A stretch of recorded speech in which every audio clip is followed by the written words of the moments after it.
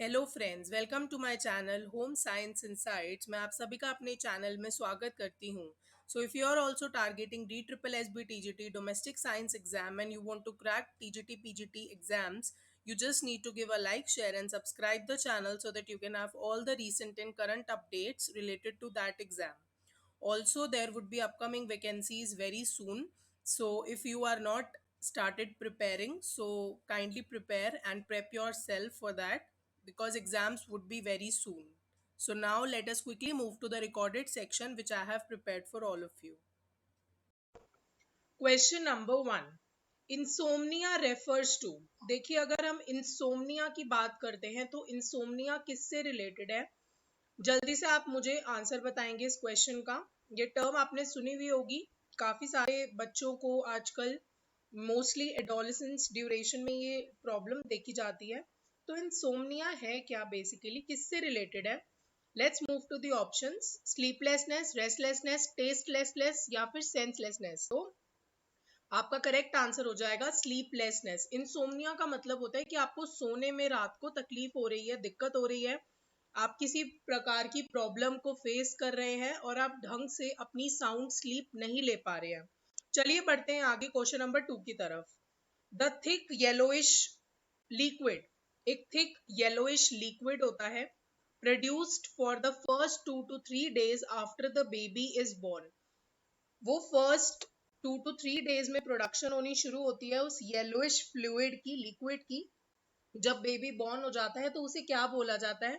Calcitonin, colostrum, quickening या फिर oestrogen. तो इसका करेक्ट आंसर हो जाएगा कोलोस्ट्रम। कोलोस्ट्रम बच्चे के लिए बहुत ही अच्छा कंप्लीट फूड माना जाता है, बच्चे को इम्यूनिटी प्रोवाइड करता है, विटामिन मिनरल्स और एक बॉडी टेम्परेचर मेंटेन करके रखता है, उसे रेगुलेशन में हेल्प करता है। बच्चे को मोस्टली जो प्रॉब्लम होती है इम्यूनिटी की, तो वो इम्यूनिटी बूस्टर की तरह काम करता है और इम्यूनिटी बूस्ट करने में हेल्प करता है। चलिए बढ़ते हैं आगे अगले क्वेश्चन की तरफ। Making sounds like mama, da, didi in language development is referred as. आपको बताना है कि एक बच्चा है वो साउंड निकाल रहा है मामा, डा, दीदी, तो ये लैंग्वेज डेवलपमेंट में कौन सी टर्मिनोलॉजी यूज की जाती है? क्राइंग, कूइंग, बैबलिंग या फिर जेस्चर्स। देखिए, जब भी डबल साउंड आता है जहाँ पे कॉन्सोनेंट और वोवेल दोनों यूज किए जाते हैं उसको बोलते हैं बैबलिंग। लेकिन अगर ये साउंड्स होती आ ई उ जहाँ पे सिर्फ वोवेल्स का यूज किया जाता है, that is called as cooing. Crying आप सब जानते हैं, रोना। जेस्चर्स नॉन वर्बल होते हैं। तो बच्चा जो कॉन्सोनेंट और वोवेल का कॉम्बिनेशन प्रोड्यूस करता है उसको बोलते हैं बैबलिंग। चलिए बढ़ते हैं आगे अगले क्वेश्चन की तरफ। Curiosity is a dash emotion. Curiosity, बच्चा क्यूरियस है, आपने सुना होगा, बहुत क्वेश्चंस पूछता है क्लास में, पेरेंट्स से बहुत क्वेश्चंस पूछता है, उसके दिमाग में बहुत क्वेश्चंस आते हैं। सो क्यूरोसिटी एक ऐसा इमोशन है, पॉजिटिव, नेगेटिव, मिक्स्ड या फिर नन।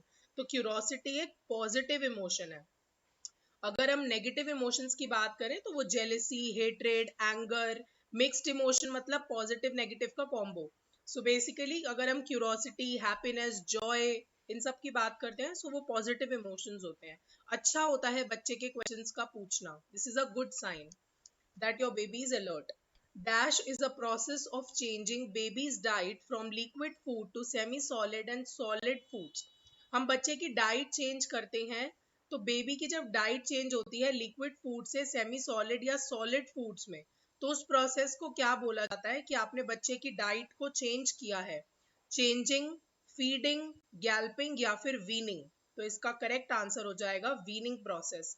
वीनिंग प्रोसेस बेसिकली इसको हम एक और नाम से जानते हैं सप्लीमेंट्री फीडिंग, जो 6 मंथ्स के बाद शुरू कराई जाती है। और सप्लीमेंट्री फीडिंग के दौरान बच्चे को हम अलग अलग फूड्स भी देते हैं, जैसे आप प्रीमिक्स की बात कर लें, कॉम्प्लान की बात कर लें, dal water, rice water, pulse water, तो ये सब चीजें हम बच्चे की डाइट में एड ऑन करते हैं। दीज आर कॉल्ड वीनिंग या सप्लीमेंट्री फीडिंग ऑल्सो। चलिए बढ़ते हैं क्वेश्चन नंबर 7 की तरफ। Dash transmit genetic information. ऐसा क्या है जो जेनेटिक इंफॉर्मेशन को ट्रांसफर करता है? टेराटोजन, क्रोमोसोम, प्लेसेंटा या फिर आरएच फैक्टर। तो इसका करेक्ट आंसर क्या हो जाएगा? क्रोमोसोम। क्रोमोसोम बेसिकली बच्चे, पेरेंट्स टू द ऑफस्प्रिंग, जो जेनेटिक इंफॉर्मेशन होती है, they do work like that. So chromosomes are responsible for transferring genetic information from parents to the offspring. Let's quickly move to the next question. Albert Bandura developed the learning theory. Albert Bandura का नाम आप बहुत सुना होगा. इन्होंने socio learning theory को develop किया था. सो ये ट्रू है, फॉल्स है, नॉट रिलेटेड है या फिर एब्सर्ड है? तो इसका करेक्ट आंसर हो जाएगा फॉल्स, क्योंकि एल्बर्ट बैंड्यूरा ने पर्सनालिटी थ्योरी के ऊपर लर्निंग दी थी. उन्होंने ये बताया था कि 4 टाइप के सिस्टम होते हैं: माइक्रो, मैक्रो, मीजो और एक्सो. Right? So let's quickly move to the correct next question.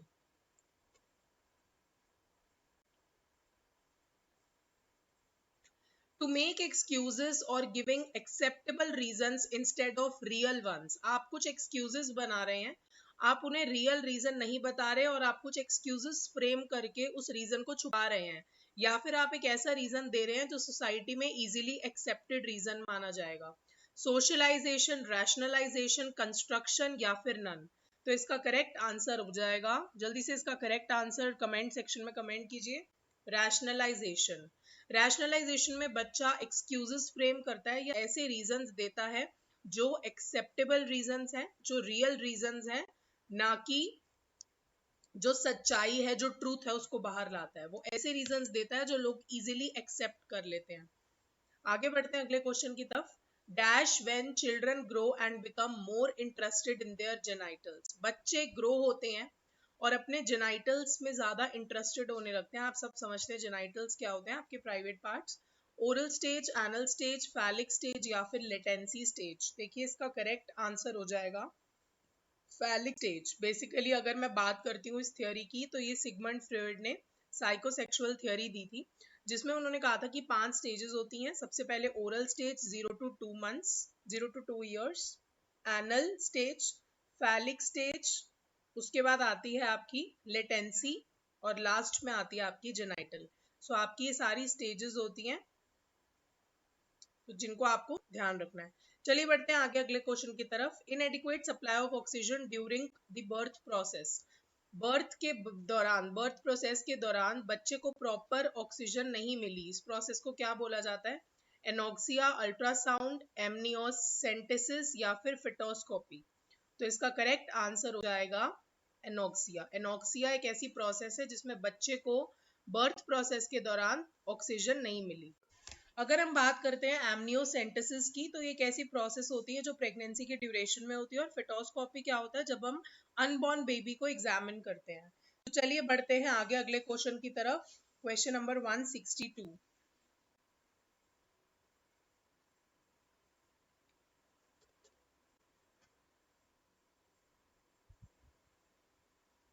सोर ग्रेप रिएक्शन इज. सोर ग्रेप रिएक्शन क्या है?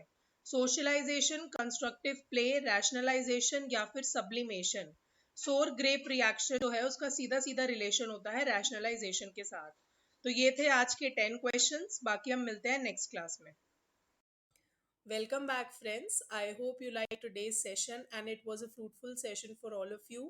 So, kindly share the channel and subscribe it for more videos like this. And I hope these videos will help you to prepare your future goal and to accomplish your dreams. So, we will meet in the next video. Till then, take care. Okay, bye.